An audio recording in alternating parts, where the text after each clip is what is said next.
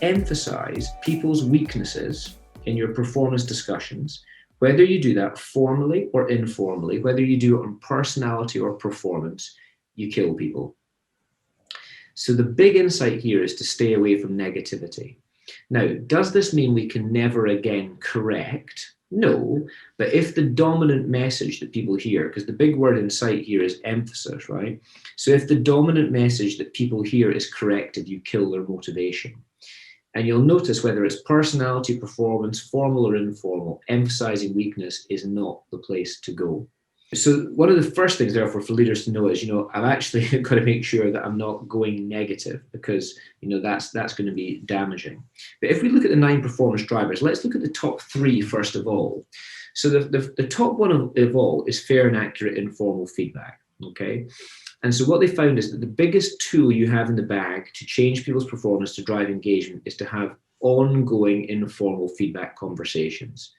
So, for example, saving a conversation up for the once-a-year annual review isn't really going to do the job. And fair and accurate basically means evidence, okay? And there's 2 correlations with informal. One is immediacy, and the other one is frequency. So if I'm giving evidence-based feedback often close to the moment, there's a big opportunity to transform people's performance.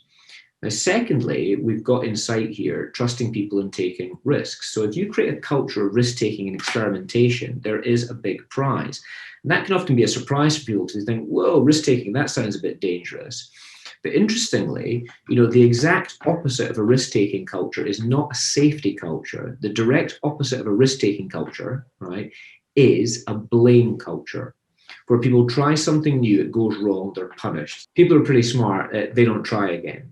So they see an opportunity and they think, oh, should have a go at that. And then they think, hold on, if that went wrong, I get a right good kick in from the boss. Play safe, play safe, play safe. The trouble is, over time, play safe equals mediocre performance. And one of the big risks, actually, in modern, fast-changing business environment is to take no risks. And businesses don't die from risk-taking. I mean, you could find examples, Bearings, Lehman Brothers, obviously. But most businesses die from complacency. Somebody comes along with a faster, better, quicker, cooler, newer way of doing it, and you're out of the game. And so trying to, in your culture, create a place where people can experiment, challenge the status quo, ask difficult questions, have a go, fail, have another go, is really important as a performance driver. Now, this third one of emphasizing strengths in a formal review, you'll see is the sort of direct opposite of this one. So what we're seeing here is that, if we emphasize weaknesses in our formal reviews, and this, by the way, doesn't just mean the appraisal, anytime there's a diarized sit-down review of performance, if we emphasize weakness, minus 27, and if we emphasize strength, plus 36. So that means the Corporate Leadership Council mapped a 63-point gap on what you can do to a person's performance based singularly and solely on whether the dominant message is positive or negative. Imbalanced feedback towards positives.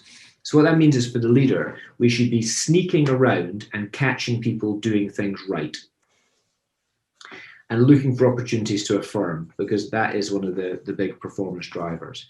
And the more specific, the better. Because if I say to somebody, hey, just want to chat to you about the report writing. Great job in the report writing. Last 4 reports were fantastic. That's obviously a very poor piece of feedback, because, although it's positive, there's no substance.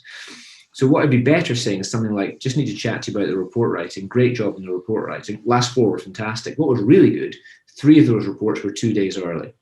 And the reason that was helpful, I had some extra time to consider your findings before I presented them to my boss. Loved the recommendations page, gave me a real head start on what to do first. You added in that research, invaluable, gave us a much broader overview of the whole market position. Now, what are the chances next time that person writes a report that'll be early with recommendations and research? High. That's what this is getting at. When we can describe precisely what people do well, they repeat it. You get repetition of excellence. But here's the cute part. Did you notice how I corrected what was incorrect by not talking about it?